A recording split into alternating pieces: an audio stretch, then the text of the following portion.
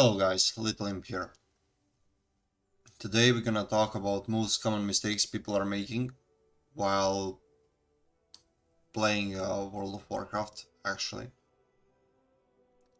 First thing, they're not learning their class. Let's go through basics.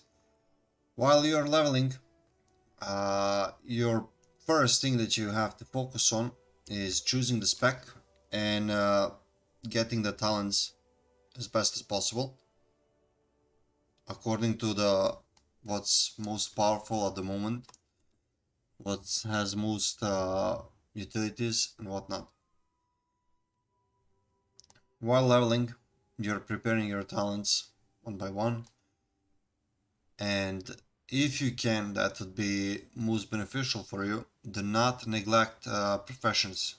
Use your time while leveling to get a profession like engineering to help you out in the raid environment. Uh, for nitro boots, those are really best options you have there for healer, tank, DPS, whatnot. Yes, it requires a lot of materials, ores and shit, but it will help you a lot in the long run. It will help you to escape certain mechanics like the file, shadow trap, defense, go faster for dispel necrotic, and basically to avoid certain mechanics of the boss to help you raid out.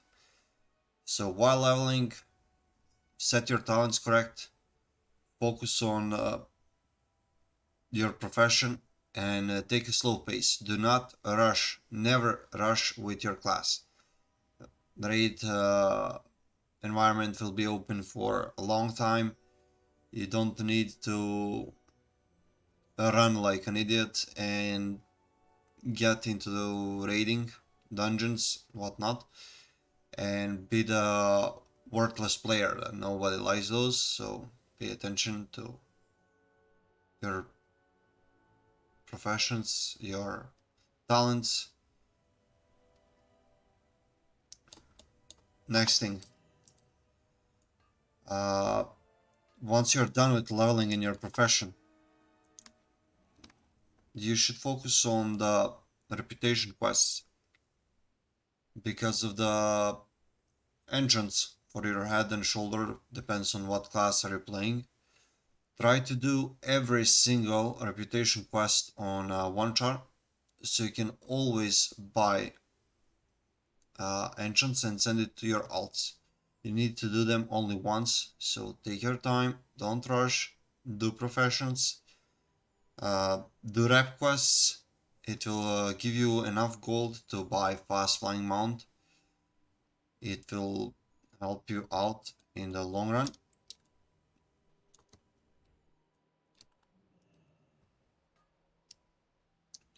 And it will be most benefit to you because you'll present yourself as a good player with games and engines always on. Now let's go to subs and likes. If you're watching this video, don't be afraid to like and subscribe. It helps the channel out and it helps me make more videos because I know that people are interested. So okay, let's go to power-ups. First power up comes from your weapon. If you're a caster, most of your spell power comes from your weapon. Uh, Staffs are okay, but go for main hand offhand because it gives you the most amount of spell power as you can get. No matter are you healer or spellcaster, whatever. If you're a rogue, DK, every damaging ability, paladin, warrior, no matter what, hunter, comes from your weapon. So get this best weapon with the best possible stats and highest damage you can find it. So you can basically player class at its full potential. Next, go for trinkets and set items. Trinkets are your major power spike on burst. Like the better trinket you have, the more damage output you can push at the beginning of fight. And well, most of the boss HP goes down from the beginning of the fight because our trinket procs are giving us that edge to push the boss as high as possible, as far as possible, sorry, and to get the boss down as quick as possible so we get that loot. The set bonus. Most of the people are neglecting set bonus to gain gear score. That's the biggest bullshit anyone can do, because your set bonus is acting like permanent trinket, we can say like that, because it increases your crit of some abilities, haste, whatnot, depends on the class. It gives you the special abilities, like for example, tier 10 on Resto Droid, rejuvenation can jump from player to player. It brings a lot of benefit for the Resto Droid and for the raid actually, because well, revitalization talent from the Resto Droid is really good and it increases healing. For example, Retribution Paladin tier 10 bonus is procs on Divine Storm, Fury Warrior, more slam procs, etc, etc. For the Rogue, it's you getting energy on when you use TOT, you're not spending it anymore. So these are tier 10 bonuses, but anyway, tier 9, tier 8, tier 7, whatnot, will always give you that extra damage with your class with certain abilities. So do not neglect them in order to get gear score. Every single lead that's planning on clearing the encounters as far as possible, full clearing usually, is paying attention to your class. Do you have set bonus or you have trash gear score items? For example, you can use gear score items if they have good stats on certain slots that won't interfere with your base item that comes from the set. So basically you can use the gear score items, aka if they have the good stats, on the slots that you will replace with item from the drop. Next thing, gem, enchant and stats. Let's talk about this a bit better. You're using your gems and enchants to reach a certain amount of stats. Your damage, your abilities coming from the stats that you have. Every class have the certain stat pool that needs to reach in order to perform at its peak. So do research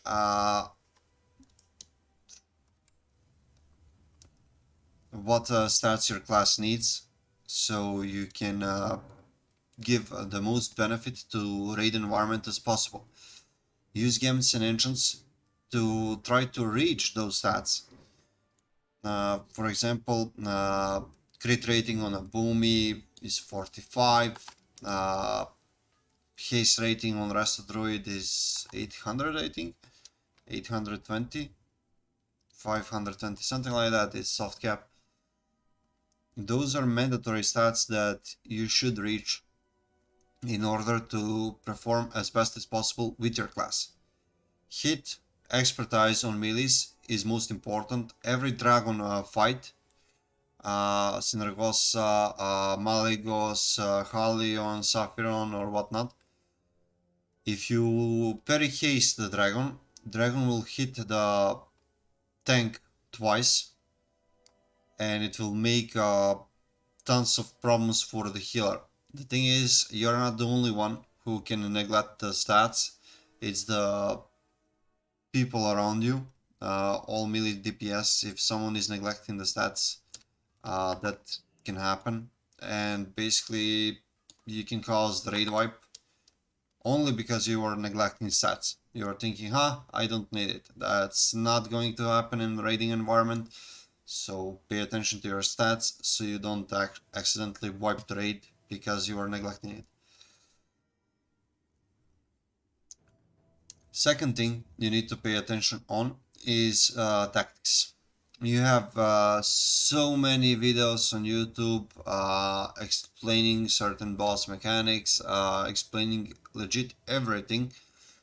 I was watching tank spot guides to get some basic knowledge how to do certain bosses,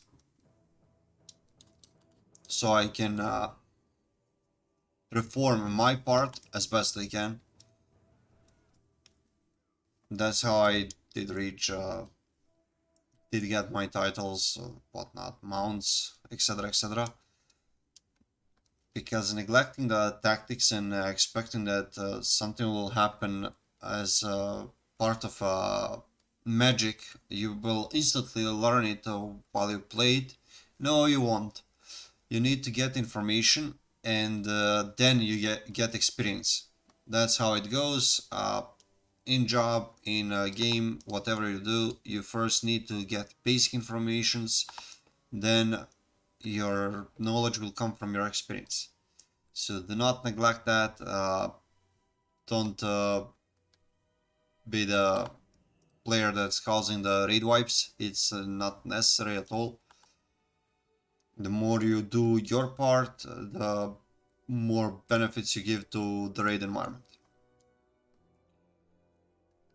Class timings and utility. Uh, it's imperative to learn your class utilities and timings in order to perform as best as you can. Utilities are raid helping utilities. For example, on a rogue, you can use Cloak of Shadow to neglect a lot of mechanics, spell damage, Blood Queen, you can ignore the flames if you pop it before flames drop on you. You can use Paint to take less damage on Cinderosa, etc., etc. Anti-magic shell on DK, Ice block on the mage to clear your stacks on Cinderosa or whatnot. Like, it's really beneficial to use your classes as best you can to help the raid, because raid depends on multiple people, not on one.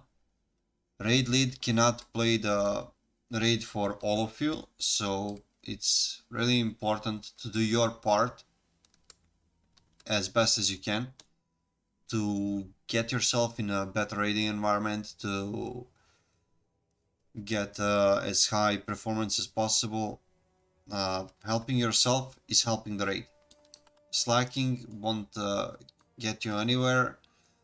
If you have the player that says it's just a game, bro, just kick them straight from the guild, from the raid, and replace that player, because the player is not interested in playing the team game. He's interested in getting gear. So basically, he's useless to the team. Those kind of people are the worst.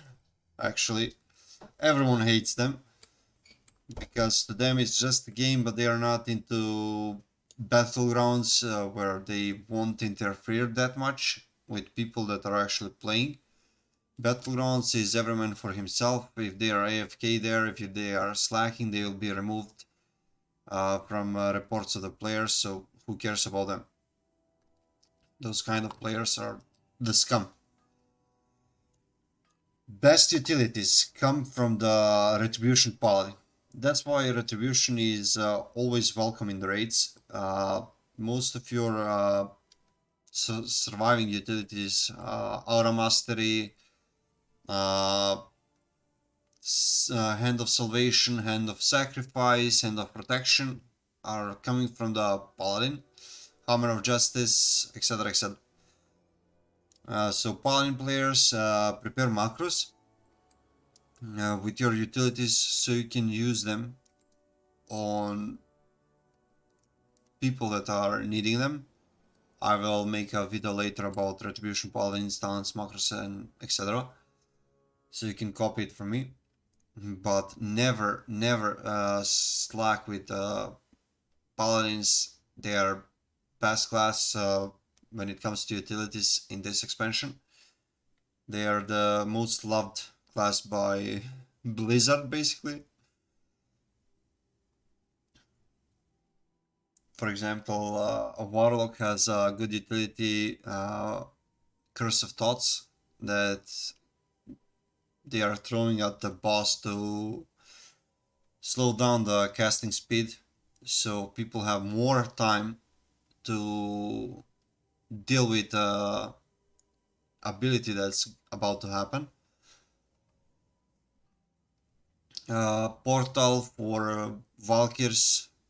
Throw the portal at the edge, stay near the portal, and GG, when Valkyr grabs you, you can teleport up, and, well, basically, you did help the raid to have one Valkyr less. They can DPS them really fast, focus back on the boss, and GG. That's why if you are playing a Warlock, always stay near the portal on the IC25 normal heroic raiding environment. It will help to you, it will help to your raid, it will benefit a lot. Rogues and hunters are usually slacking with TOTs and misdirections. That is not acceptable. You have tons of macros to help you out, to help your team out. What the hell?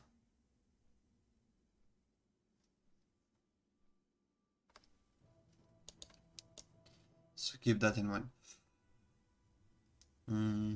Okay, I think that's it for today. See you in the next one. Until then, ciao. My name is Litlimp. Hope to see you in the next one. Bye.